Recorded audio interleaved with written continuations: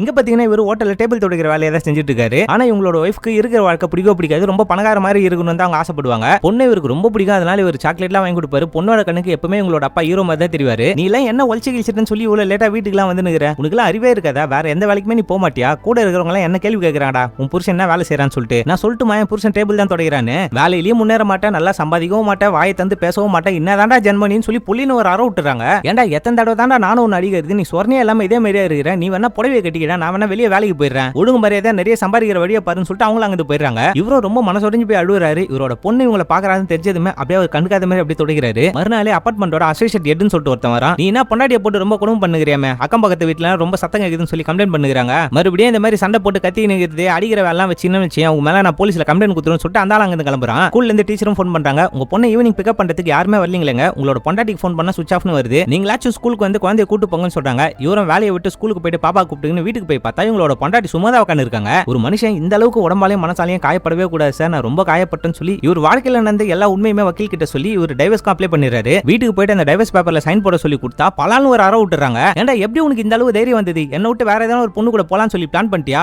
நீ இல்லாம என்னால இப்ப இருக்க முடியும்னு சொல்லி ஒரு போட்டு உலிக்க எடுக்கிறாங்க. நீ எப்படா டைவர்ஸ் வாங்கிறான்னு பாத்துறான்னு சொல்லி ஒரு போட்டு நல்லா உலிக்க எடுத்துட்டு அவங்க ரூமுக்கு போயிடுறாங்க. இவர் ரொம்ப மனசொடைஞ்சு போயிட்டு மாடியில போயிட்டு அழுதுகிட்டே இருக்காரு. அந்த நேரம் பார்த்து உங்களோட பொண்ணு வராங்க. ஏன்பா அம்மாக்கு மட்டும் உனக்கு பிடிக்க மாட்டுது, அப்பெல்லாம் இல்லடா அவளுக்கு என்ன ரொம்ப பிடிக்கண்டா, உனக்கு அம்மாவை பிடிக்குமாப்பா, எனக்கும் ரொம்ப பிடிக்கண்டா, நீ நானே எப்பரா விளையாடுவோம், நான் உன்னை அடிப்பம்பா, நீ அதுக்காக ஜாலியா சிரிப்பப்பா, அதே மாதிரி தான்டா உன் அம்மா நடிக்கிறா, நான் பாட்டு மனசளவுல சிச்சுன்னு இருக்கிறேன்டான்னு சொல்லி அவங்க பொண்ணையும் சமாளிக்கிறாரு. வீட்டுக்கு வந்து ஒரு பாப்பா கூட தூங்கிறாரு. காலையில இருந்து பார்த்தா இவங்க ரெண்டு பேருமே வீட்டுல ஆளக்கானோம். டைவர்ஸ் கட்டாலும் தர மாட்டா, குழந்தைய பார்த்துட்டு வாந்தலாம் நினைச்சா குழந்தையும் தூக்கிட்டு போயிட்டு சொல்லி இவரு ரொம்ப மனசொஞ்சு போயிட்டு தற்கொலை பண்ணியதுக்காக ரூம் உள்ள போறாரு. அப்படியே இந்த படத்தையும் முடிக்கிறாங்க. பெரும்பாலான வீடுகள்ல ஹஸ்பண்ட் தான் ஒய்ஃபை போட்டு குடும்பம் பண்ணி இருப்பாங்க. ஆனா ஒரு சில வீடுகள்ல ஒய்ஃபும் ஹஸ்பண்ட் போட்டு குடும்பம் பண்ற விஷயங்கள்லாம் நடக்குதுன்ற விஷயத்தை தான் இந்த வீடியோல காமிச்சிருப்பாங்க. அப்படியே இந்த படத்தையும் முடிச்சிருப்பாங்க.